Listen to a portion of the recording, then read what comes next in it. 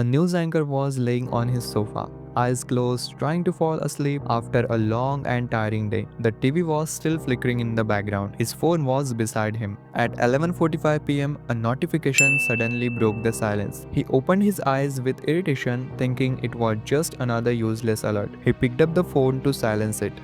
But the moment he looked at the screen, his breath stopped. He saw a new post from N. Chandrasekharan. The post said, Sir Ratan Tata is no more.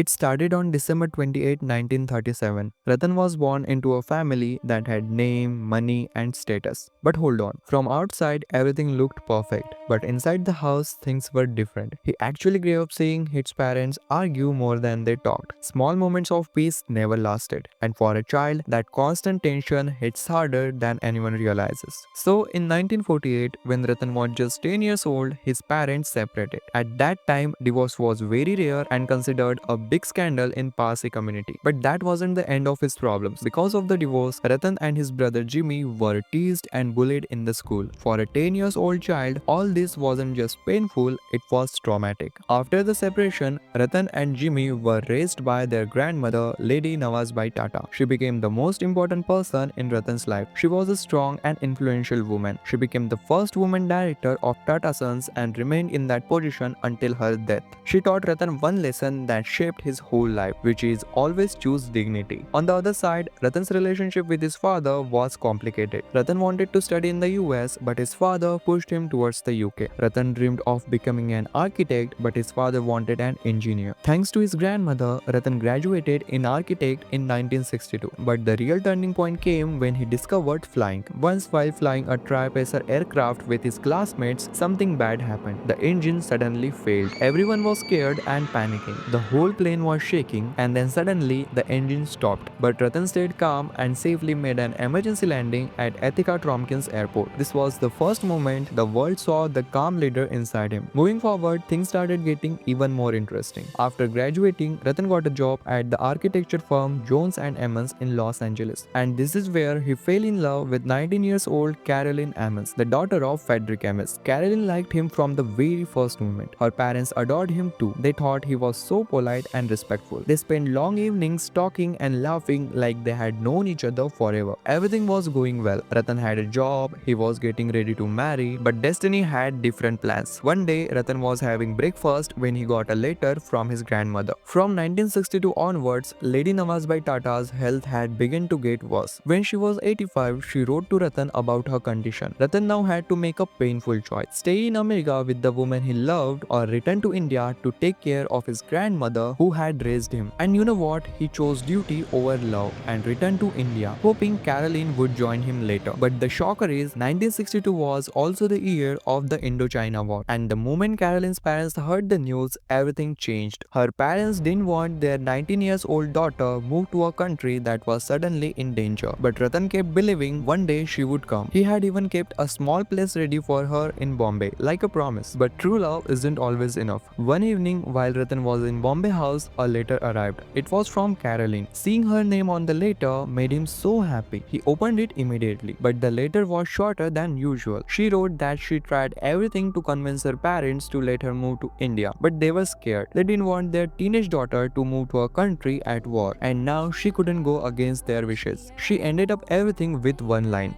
I hope destiny brings us together again, but right now I have to let go. Some stories aren't stolen by time, they are stolen by destiny. And that's how a beautiful love story ended. Not because they stopped loving each other, but because destiny had different plans that even love couldn't overcome. After that, Sir Ratan Tata never got married. Although he came seriously close to getting married 4 times, each time a part of him stepped back. Perhaps because the first goodbye was too heavy to forget.